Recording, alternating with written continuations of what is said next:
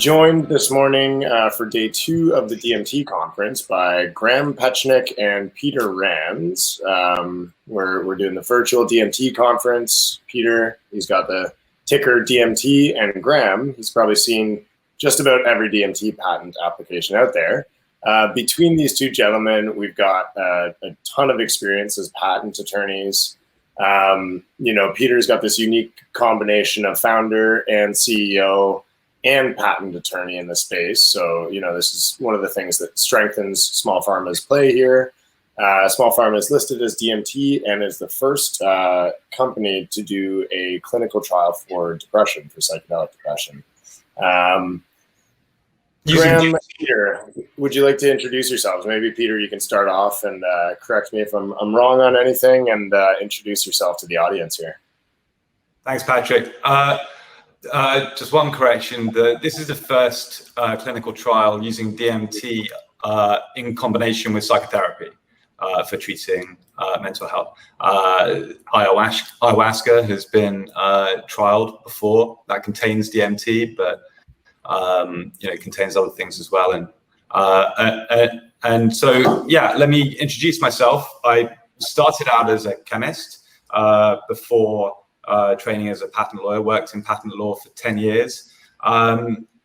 Decided to move into foundership and entrepreneurship, I guess, around about the same time as you, Graham. And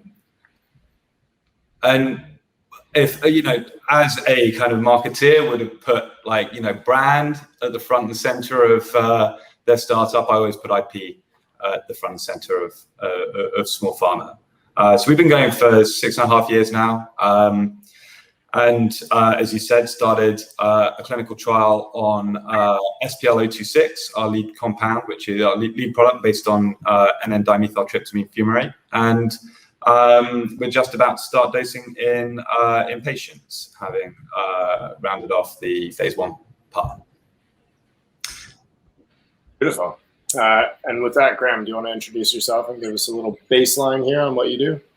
Yeah, so, well, first, thanks for having me on this panel, and I'm delighted to join you too, Peter, as another patent lawyer. I'm hopeful we'll have some really interesting conversation today, and it's generous of you to refer to me also as a founder, although what I founded was a little bit different. It's just a law firm where I do patent law.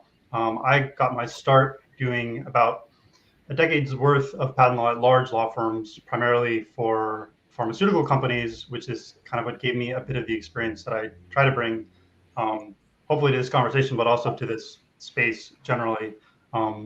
So my interest in psychedelics goes a little bit further back. So my background too is biochemistry and cognitive neuroscience.